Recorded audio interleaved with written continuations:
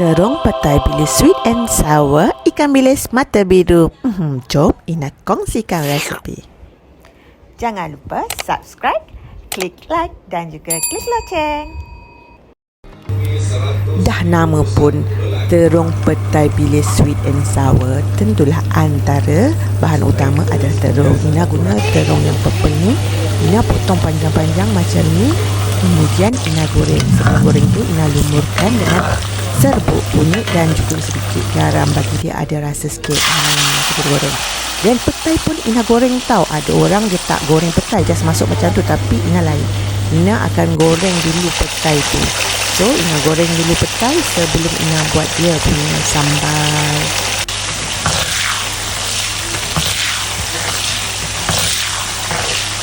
Dan ikan bilis tu pun mesti kena goreng bagi dia rangup crunchy-crunchy. Tapi korang jangan risau, ikan bilis mata biru ni walaupun korang datang selepas goreng tu kan, dah lama tak makan dia still lembut tau. Tak macam ikan bilis lain biat. So goreng dulu, okey. Dan ini adalah bahan tumis. Bahan tumis dia Ina guna 1 biji bawang besar, 5 biji bawang putih. Lepas tu Ina guna cili besar merah tu tau, sebab Ina tak makan pedas. Yang itu 3, dan cili api merah 3 sebab Ina tak makan pedas. Kalau korang makan pedas, korang boleh tukar cili besar tu kepada cili api merah, biar kau pedas dia. Tapi Ina tak pedas, satu je lah. So Ina perasakan dengan garam dan sedikit ajinomoto dan juga kicap manis, nak bagi ada rasa manis. Kalau korang nak lagi manis, korang boleh letak gula Melaka. Dan ini bawang yang kemudian Ina iris, Ina letak tapi Ina letak tu selepas sambal tu garing tau. Ina kena buat garing baru sedap. Dan perah limau nipis. Remember, limau nipis bukan limau kasturi. Limau nipis dia punya masam tu awesome gila. Dah siap tu, masukkanlah bahan-bahan kita goreng tadi. Kacau rata bagi sebati sambal garing tu. Sedapnya. Dah siap. Ini tahu pakai cili api kalau korang nak pedas. Macam ini memang tak makan pedas, Ina guna cili besar. Sedapnya. Dah siap, korang boleh hidang. Petai dia memang ngancam Ina memang style Ina masak petai, Ina memang akan goreng sebab Ina tak makan petai ulam. Tapi kalau korang prefer petai yang tak goreng, boleh je, ikut selera masing-masing. Okey, dah siap, bolehlah makan.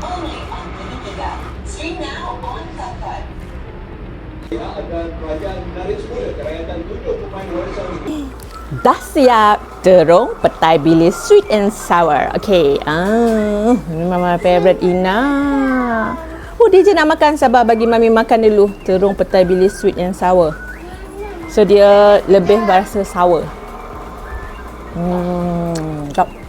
Kalau dia lembut.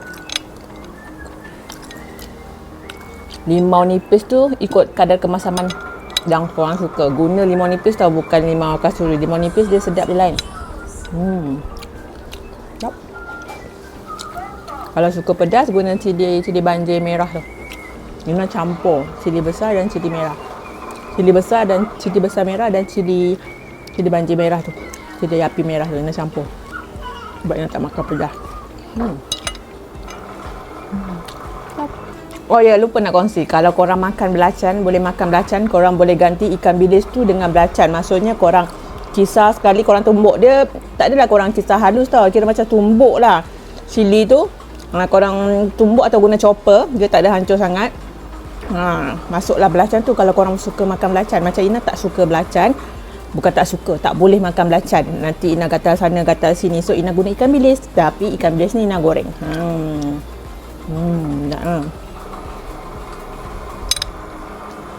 Kiranya resepi ni Ina modify lah, resepi adik Ina, kawan adik Ina. Tapi Ina modify sebab Ina tak boleh makan belacan. Nanti hidung Ina macam ni.